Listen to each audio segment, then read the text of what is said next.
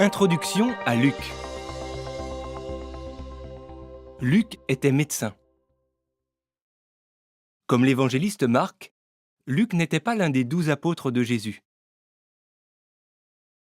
De plus, Luc ne se présente pas comme témoin oculaire des événements de la vie de Jésus. Il est probablement devenu disciple après la mort de Jésus. Par la suite, il a voyagé avec l'apôtre Paul. L'évangile de Luc couvre la période allant de 3 avant notre ère à 33 de notre ère. Luc relate les événements dans un ordre logique, souvent chronologique. Près de 60% des informations contenues dans ce livre ne se retrouvent pas dans les autres évangiles. Par exemple, au moins 6 miracles de Jésus ne figurent que dans le récit de Luc. Luc emploie plus de 300 termes médicaux ou auxquels il donne une signification médicale. Il est le seul à parler d'un homme plein de lèpre et à dire que la belle-mère de Pierre avait une forte fièvre. Luc a probablement rédigé son évangile à Césarée à l'époque où Paul y était emprisonné, vers 56 à 58 de notre ère.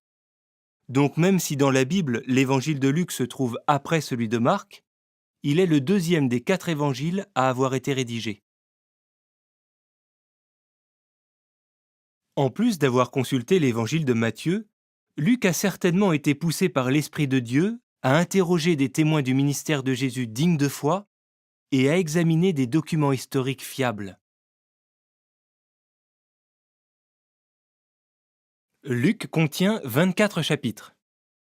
Les chapitres 1 et 2 fournissent des renseignements sur les premières années de la vie de Jean le Baptiste et de Jésus. Comme un ange l'a annoncé, Élisabeth donne naissance à Jean. Environ 6 mois plus tard, Marie donne naissance à Jésus. Le saviez-vous ?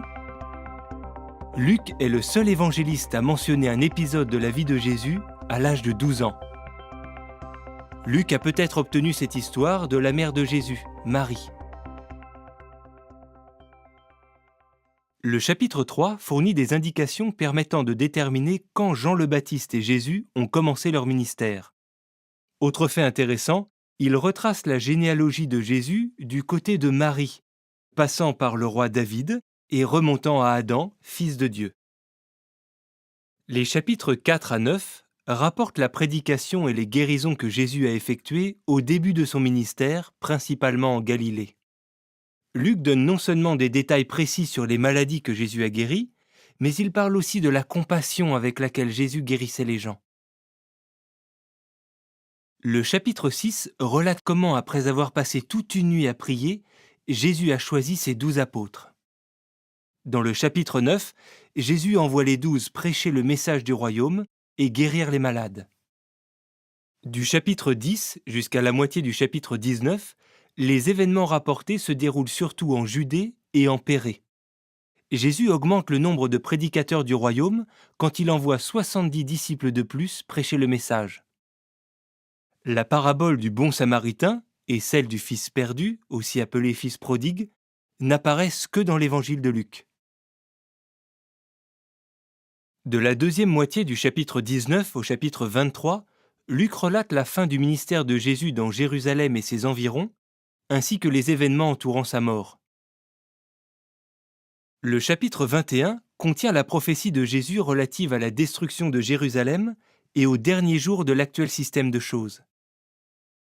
Luc mentionne les pestes parmi les caractéristiques des derniers jours, ce que ne font pas les récits de Matthieu et de Marc. Le dernier chapitre rapporte les événements liés à la résurrection de Jésus. Luc est le seul évangéliste à décrire l'ascension de Jésus au ciel.